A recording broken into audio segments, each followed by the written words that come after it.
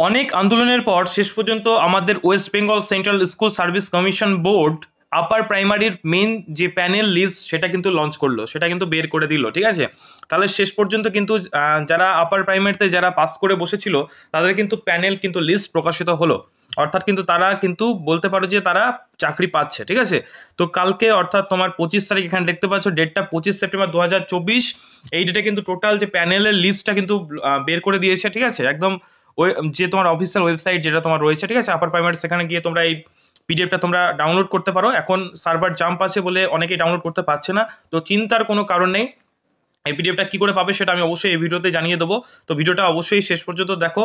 তো অনেক দিন পর এই যে আপার প্রাইমারির যে জট ছিল সেই জটটা কিন্তু কাটলো, এবং ফাইনাল যে তোমার প্যানেল লিস্ট যেটা তোমার সেটা কিন্তু বেরিয়ে গেল। ঠিক আছে, একদম টোটাল পিটি মার্ক সব কিছু কিন্তু দেওয়া আছে, এবং এখানে তোমরা কিন্তু কাট অফটাও কিন্তু এখানে দেখতে পাচ্ছ, এবং এই কাট অফটা কিন্তু সাবজেক্ট ওয়াইজ। দেখো এই যে আমি প্রথম যে পেজটা বের করছি সেটা হচ্ছে তোমার অ্যারাবিক। ঠিক আছে, অ্যারাবিক আরবি এর, এবং এটা হচ্ছে বাংলা মিডিয়ামদের জন্য। এটাতে কাট অফ কত গিয়েছে দেখতে পাচ্ছ তোমরা, এখানে কাট অফ গিয়েছে 68.533। ঠিক আছে, এটা গেছে কাট অফ।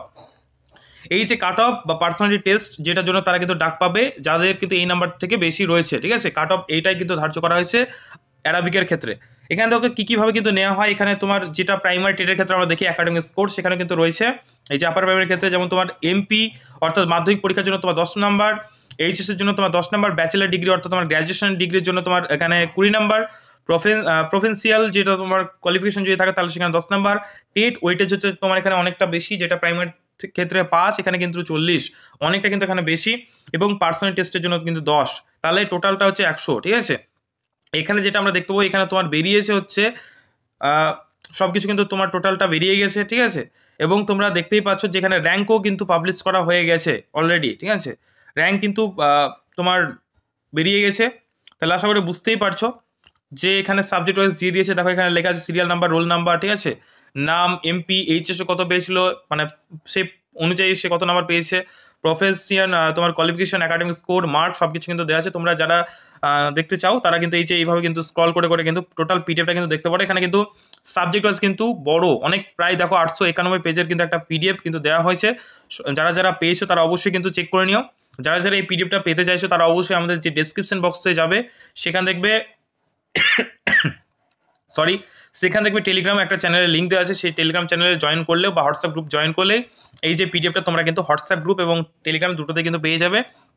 অলরেডি কিন্তু আমি টেলিগ্রামে কিন্তু আপলোড করে দিয়েছি। ঠিক আছে, তো তোমরা যারা যারা এই পিডিএফটা টোটাল ডাউনলোড করে নিজের নাম আছে কিনা, নিজের নাম সেটা অবশ্যই রোল নাম্বার বা নাম সার্চ করে তোমরা দেখে নিতে পারো। এই যে এখানে তোমার বাংলা শুরু হচ্ছে, সেমভাবেই কিন্তু বাংলার এখানে আমরা কাট অফ দেখিনি, বাংলার এখানে তোমার কাট অফ অনেকটা হাই গিয়েছে 76.080। ঠিক আছে, এরকমভাবে প্রত্যেকটা সাবজেক্ট ওয়াইজ কিন্তু কাট অফ রয়েছে। দেখো এখানে অন্যান্য সাবজেক্টগুলো রয়েছে, এখানে আমরা দেখতে পাচ্ছি এখানে বায়োসায়েন্সের ক্ষেত্রে তোমার এখানে দেখো কাট অফ গিয়েছে, এখানে কিন্তু কাট অফ উল্লেখ করা নেই বায়োসায়েন্সের ক্ষেত্রে। ঠিক আছে, প্রত্যেকটা সাবজেক্টের এইভাবে কিন্তু কাট অফ নির্ধারিত হয়েছে। এখানে যেমন তোমার সাবজেক্ট হচ্ছে ইংলিশ। ঠিক আছে, ইংলিশের ক্ষেত্রে এখানে কাট অফ গেছে দেখো 79, এখানে অনেকটা কিন্তু বেশি কাট অফ গিয়েছে। ঠিক আছে, তো এরকমভাবে কিন্তু প্রত্যেকটা কিন্তু করা হয়েছে। ঠিক আছে, সুন্দরভাবে পিডিএফটা সাজানো আছে, তো তোমরা অবশ্যই এই পিডিএফটা ডাউনলোড করে নিতে পারো। আমাদের যে কোনো হোয়াটসঅ্যাপ গ্রুপ অথবা টেলিগ্রাম গ্রুপ লিঙ্ক দেওয়া আছে ডেসক্রিপশন বক্সে, তোমরা জয়েন করে নাও, সেখান থেকে তোমরা জয়েন করতে পারো এবং এই পিডিএফটা দেখতে পারো। এবং এখানে দেখতে পাচ্ছি এখানে জিওগ্রাফি সাবজেক্টের কিন্তু কাট অফ এখানে আমরা দেখতে পাচ্ছি, এখানে কাট অফ গিয়েছে জিওগ্রাফিতে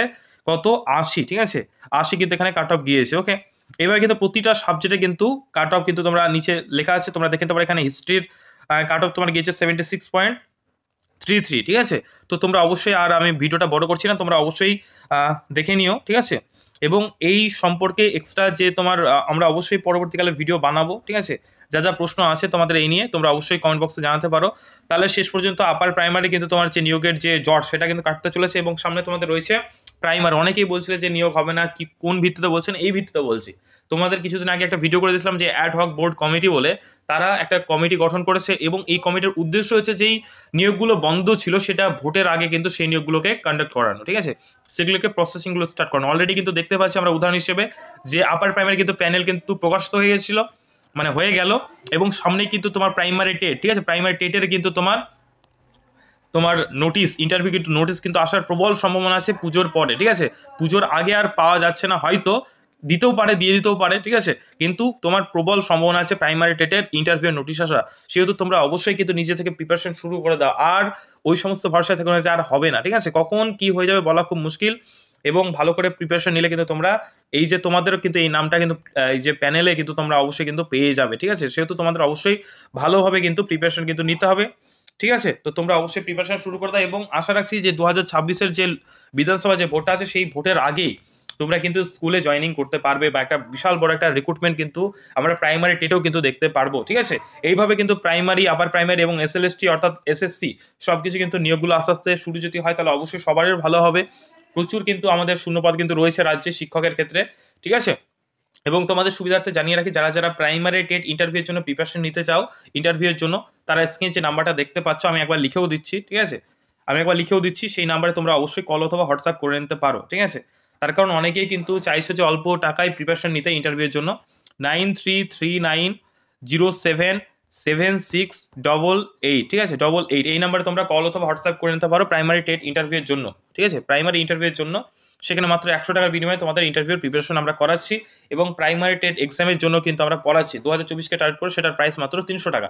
যারা যারা চাও এই নাম্বারে তোমরা ফোন বা হোয়াটসঅ্যাপ করে ডিটেলস তোমরা জেনে নিতে পারো, এবং তোমরা যদি ভালো লাগে ডেমো ক্লাস দেখে যদি পছন্দ হয় তাহলে তোমরা অবশ্যই কিন্তু অ্যাডমিশন নিতে পারো। তো এই চ্যানেলে কিন্তু আমরা সব রকম কিন্তু এই যে চাকরি বাকরির খবর বা এই সমস্ত আপডেটগুলো শেয়ার করে থাকি। যারা যারা চ্যানেল নতুন অবশ্যই চ্যানেলটাকে সাবস্ক্রাইব করে দিও, ঠিক আছে। এবং ভিডিওটা ভালো লাগলে অবশ্যই একটা লাইক করে দিও, এবং বন্ধুদের মাঝে শেয়ার করতে ভুলিও না। থ্যাংক ইউ, এখানে শেষ করছি, দেখা হচ্ছে পরের কোনো ভিডিওতে।